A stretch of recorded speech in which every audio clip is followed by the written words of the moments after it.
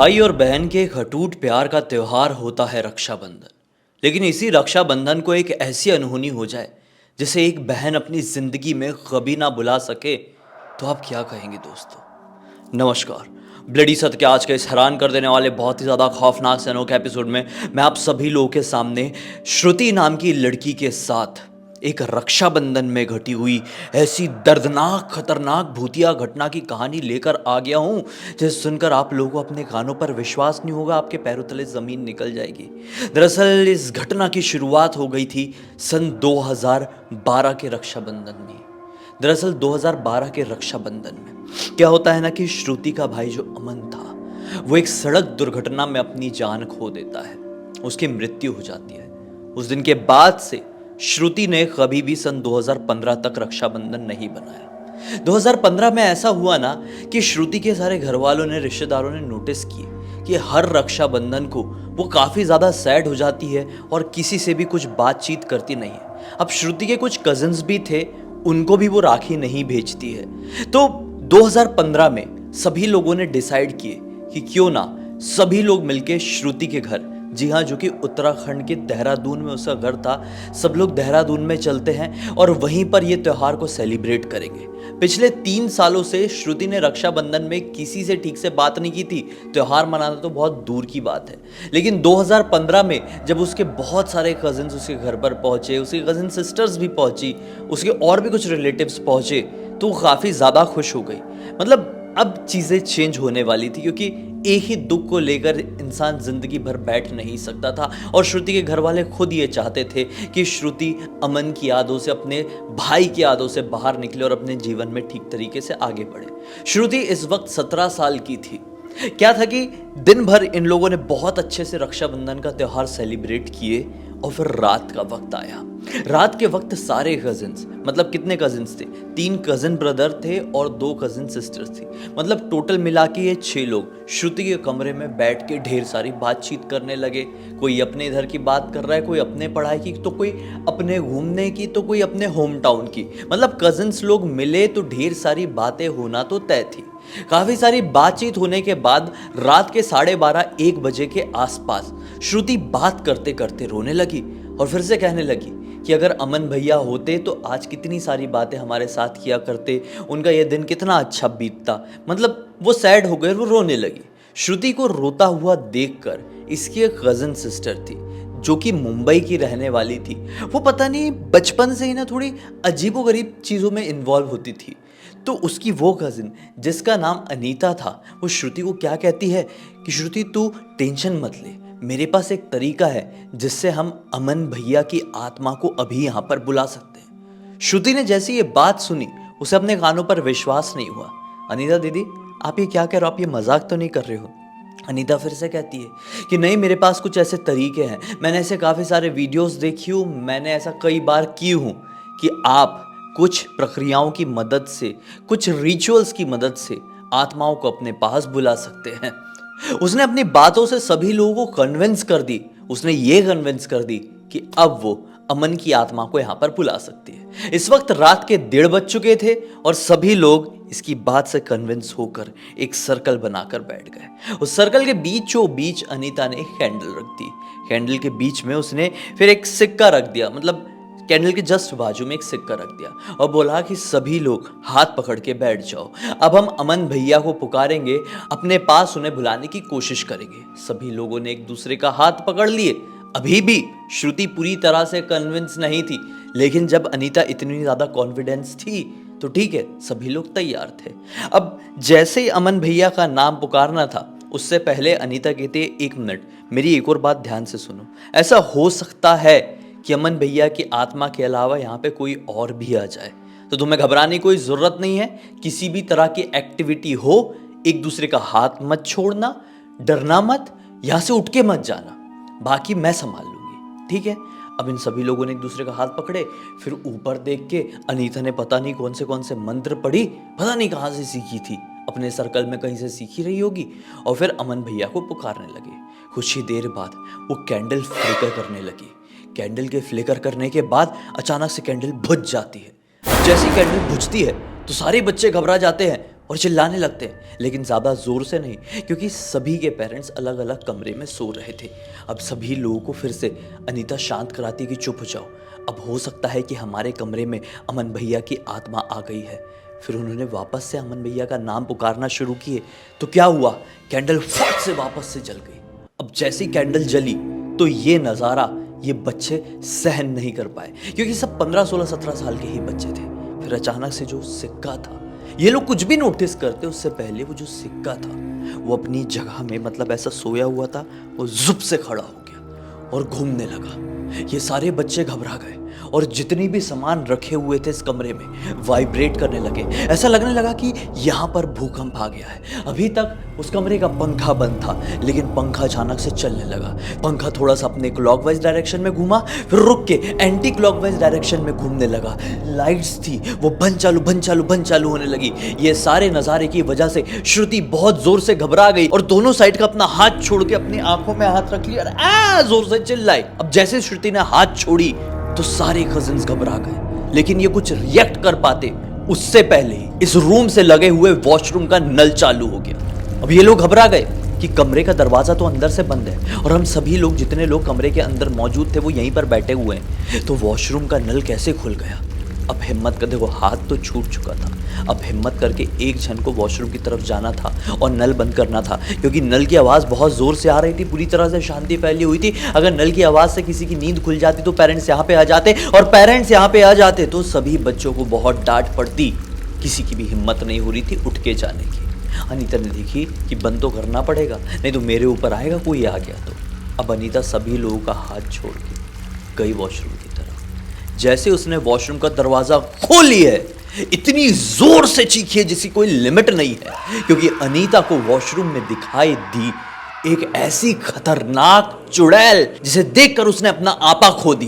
उस चुड़ैल का जो पूरा चेहरा था वो बुरी तरह से जला हुआ था और अजीब तरह से ढेर सारी मक्खियां उसके चेहरे पर भिनभिना रही थी। उसने पूरी तरह से ब्लैक कलर का लिबास पहना हुआ था और उसके बाल बहुत खतरनाक तरह से उजड़े हुए थे और आंखें पूरी तरह से बाहर थी। वो बहुत जोर से चीखी, वो चुड़ैल इसके ऊपर झपटी और इसकी शरीर को नोचने लगी। जितने कजिन्स उस रूम में बैठे हुए थे वो देखकर घबरा गए और जोर जोर से चिल्ला के उधर उधर भागने की कोशिश करने लगे। लेकिन कितनी देर, कुछ ही पलों में उनमें से एक के पेरेंट्स भागते हुए वहां पर पहुंचे। दरवाजा खुला और जैसे ही वो लोग अंदर आए, क्या यहां पे कोई चुड़ैल नहीं थी, लेकिन वो लड़की अनीता वहां पे बेहोश पड़ी हुई थी और चेहरे में, पूरी बॉडी में ऐसे नाखून से खरोचने के निशान थे।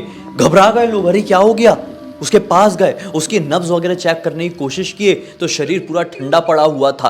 तुरंत ही चिल्ला चोट हुई, घर के सारे लोग जाग गए। अब क्या था, अनीता को हॉस्पिटल लेके जाना था, क्योंकि अनीता होश में नहीं आ रही थी और शरीर पूरी तरीके से ठंडा पड़ गया था। और बच्चे कुछ भी नहीं, किसी को नहीं बता रहे थे। भाई वो लोग कुछ रिएक्ट कर पाते, पेरेंट्स सारे लोग यहाँ पे इकट्ठा होकर उसे वहां पे ले जाते, कि उससे पहले हॉल में ये लोग उसको लेके पहुंचे हैं कि अनीता अचानक से अपने शरीर में झटका ली है और आंखें उल्टी करके अलग सी लैंग्वेज में कुछ बोलने लगी और सभी लोगों के ऊपर आक्रामक तरीके से वार करने लगी, उसको कंट्रोल करते। उससे पहले उसका शरीर पूरा स्टिफ हुआ और वो गंदी तरीके से मुंह के बल जमीन में गिरी है, जिसकी वजह से यहां पे चोट आई और खून बहता हुआ वो वहीं पर, मतलब अपनी सांसें रोक दी है। उसे उठाए, लेके गए हॉस्पिटल। फिर क्या था, हॉस्पिटल में अनीता को मृत घोषित कर दिया गया। सारे कजिन्स रो रो के पागल हो गए, सारे पेरेंट्स रो रो के पागल हो गए कि ये क्या हो गया। फिर बच्चों से पूछा गया, बच्चों ने बताया, लेकिन क्या हो सकता था, अब तक तो बहुत देर हो चुकी थी। अनीता जो बेचारी यहाँ पर सेलिब्रेशन के लिए आई हुई थी, पता नहीं उसके दिमाग में क्या छाया था, ये क्या कर दी थी। अमन की आत्मा को बुलाने की कोशिश कर रही थी, क्या मनुष्यत को घर पे दावत दे दी थी जिसकी वजह से उसको अपनी जान देनी पड़ी। लेकिन ये किस्सा यहीं पर खत्म नहीं हुआ। अनीता का अंतिम संस्कार हुआ, पूरी जो भी प्रक्रिया थी, लास्ट रिचुअल्स जिसे कहते हैं, वो कंप्लीट हुए 13 दिन बाद कि 14वें दिन से। जी हाँ, अपनी श्रुति भी अनीता के घर पे गई हुई थी। जब वो भी देहरादून वापस लौटी तो 14वें दिन से हर जगह उसका भाई अमन उसे दिखाई देने लगा। कभी वो बेड में सो रही होती तो उसके बाजू में अमन सोता हुआ उसे दिखाई देता। कभी डाइनिंग टेबल पे खाना खा रही होती तो उसके सामने बैठ के अमन भी खाना खाता हुआ दिखाई देता। अरे स्कूल जा रही होती तो बस में उसकी बाजू वाली सीट में बैठा हुआ दिखाई देता। तो कभी क्लासरूम में उसे टीचर से डांट पड़ती तो गुस्से में टीचर को घूरता हुआ दिखाई देता। किसी भी तरह की परेशानी अगर श्रुति को होती तो अमन सामने खड़ा रहता। श्रुति को यह चीज अच्छी लगने लगी, बहुत अच्छी लगने लगी। श्रुति को ऐसा लगा कि मेरा भाई अब वापस आ चुका है। श्रुति ने यह बात किसी को भी नहीं बताई क्योंकि श्रुति को पता था अमन सिर्फ मुझे दिखाई देता है और किसी को भी नहीं। लेकिन 1 साल तक ये होने के बाद जब 2016 का रक्षाबंधन आया कि उस रक्षाबंधन के बाद से सब कुछ बदल गया। श्रुति रक्षाबंधन के दिन बहुत ज्यादा बोर हो रही थी। वो अपनी एक फ्रेंड से मिलने के लिए उसके घर पर गई। दोपहर की बात रही होगी। इस फ्रेंड के घर श्रुति के अलावा और 2-3 लड़कियां आई हुई थी। सब लोग मिलजुल के अच्छे से हंस खेल रहे थे, लेकिन इससे कोई ढंग से बात नहीं कर रहा था। फिर श्रुति परेशान हो गई और श्रुति ने जिस लड़की के घर पे गई थी उसको बोल दिया कि तुम लोग आपस में ही बात करते रहते हो, खेलते कूदते रहते हो, मुझसे कोई ढंग से क्यों नहीं बात करता है, मेरे अंदर क्या परेशानी है। तो क्या हुआ, जिस लड़की के घर श्रुति गई हुई थी उस लड़की ने श्रुति को सुना दिया कि तेरी जो हरकतें है वो नॉर्मल ही नहीं है। तेरे से कोई बात करने की कोशिश करता है तो अजीब सा देखती है, अजीब तरीके से बोलती है, अजीब तरीके से हंसती है, कभी भी उदास हो जाती है। भाई इसलिए हम तेरे साथ कंफर्टेबल नहीं हो पाते। इस चीज ने श्रुति को बहुत ज्यादा हर्ट कर दी और श्रुति वहीं पर रो रो के उसके घर से निकलकर भागते हुए अपने घर को आने लगी। लेकिन इस वक्त उस फ्रेंड के घर में जितनी भी लड़कियां थी उन्हें देख के थोड़ा अजीब लगा। यहां तक कि उसे भी अजीब लगा जिसने श्रुति को ऐसा बोली थी, ऐसा टोकी थी।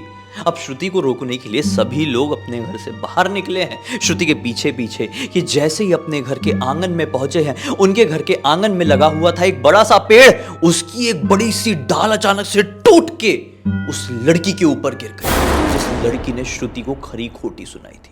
श्रुति रुक गई, घबरा के पीछे देखी और पेड़ के ऊपर देखी। क्या पाई कि उस पेड़ की दूसरी डाल में, मतलब जो डाल गिरी थी एग्जैक्टली उसके बाजू वाली डाल में उसका भाई अमन बैठा हुआ है और बड़े गुस्से में उस लड़की को घूर रहा है। यहां पे लड़की एकदम मतलब ऐसी पड़ गई है जैसे कि उसके शरीर में जान ना हो। श्रुति बहुत जोर से चिल्लाई है और भागी है। उस दिन की रात को श्रुति बेहद ज्यादा कमरे में अपने आप को बंद करके रोई है और बार बार यही कही है, भैया अब आप पहले जैसा नहीं रहे, मुझे आपके साथ कभी नहीं रहना है, अब अपनी शक्ल मुझे कभी मत दिखाना। लेकिन अब तक ये बात घर के सभी लोगों को पता चल गई थी। जी हाँ, जो ये रो रो के अपने कमरे में बार बार ऐसा बोल रही थी, घर के सभी लोगों ने सामने वाले कमरे से श्रुति की ये बातें सुन लिए थे।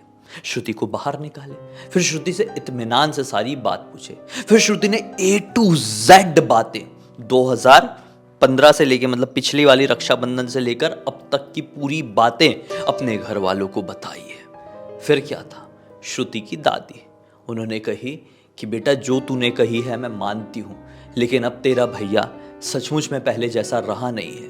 वो एक दूसरी योनि में है, वो एक प्रेत योनि में है और तेरा जो प्रेम है उसकी वजह से वो बंधा हुआ है।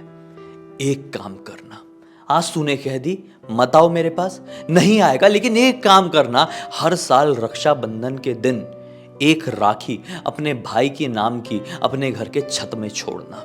जी हाँ, उस दिन के बाद से भाई कभी दिखाई नहीं दिया, लेकिन हर रक्षाबंधन को 2016 से लेकर 2023 हो गया है। कितने साल हो गए हैं? अप्रॉक्स 7 साल हो चुके।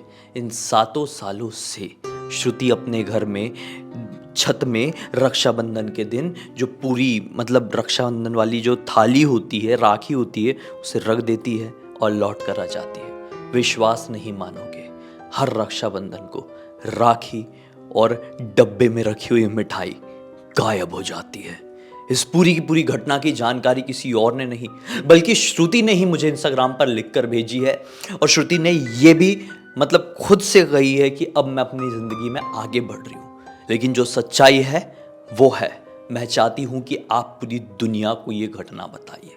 तो बस आप सभी लोगों के सामने आज मैं लेकर आ गया। अब तक देखे हैं, उम्मीद करता हूं पसंद आई होगी, लाइक जरूर कर देना भाई। चैनल को सब्सक्राइब करके बेल आइकन दबा के ऑल के ऑप्शन में क्लिक करना, क्योंकि इसी तरह के हैरान कर देने वाले खौफनाक वीडियोस डेली आप लोगों के सामने लेके आता रहता हूं। इंस्टाग्राम की लिंक इस वीडियो के डिस्क्रिप्शन बॉक्स में मिल जाएगी, क्लिक करके डायरेक्टली वहां पर पहुंच जाना। और इसी तरह की कोई भी कहानी, टॉपिक या जानकारी आप लोगों के पास भी है तो लिख भेजना। हो सकता है मेरा अगला वीडियो कल आप लोगों के हिसाब से ही बन रहा हो। मेरे गेमिंग चैनल ब्लडी सत्य गेमिंग की लिंक भी इस वीडियो के डिस्क्रिप्शन बॉक्स में डाल दे रहा हूं। गेमिंग देखने का, खेलने का शौक है तो वहां पे भी जुड़ जाना। सच बता रहा हूं, बिल्कुल डिफरेंट मनोरंजन वहां पे भी आप लोगों को मिलेगा। खैर, कल तो हम बिल्कुल इसी अंदाज में यहां पर मिल ही रहे हैं वापस से।